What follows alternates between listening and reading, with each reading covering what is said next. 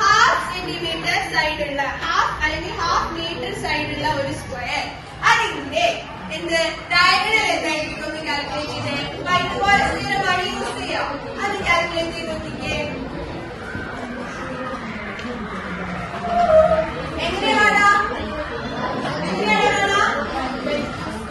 ഹാഫില് diagonal എങ്ങനെയാണ് കിട്ടും? Diagonal equal to square root of ഇതുപോലെ സ്ഥിരമാണ് യൂസ് ചെയ്യുന്നത്.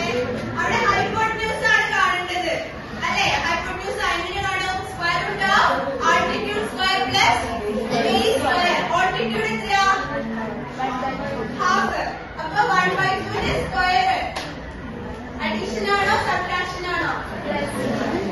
അഡീഷൻ പ്ലസ് ഇതിന്റെ ബേസ് എത്രയാ? 1/8 ആണോ? 2/4 അല്ലേ? അല്ലേ? സ്ക്വയർ റൂട്ട് ഓഫ് 1/2 കിട്ടിയോ? അതിലേക്ക് ഇത് സ്പ്ലിറ്റ് ചെയ്താൽ എന്ത് വരും? Square root of 2 by square root of 4.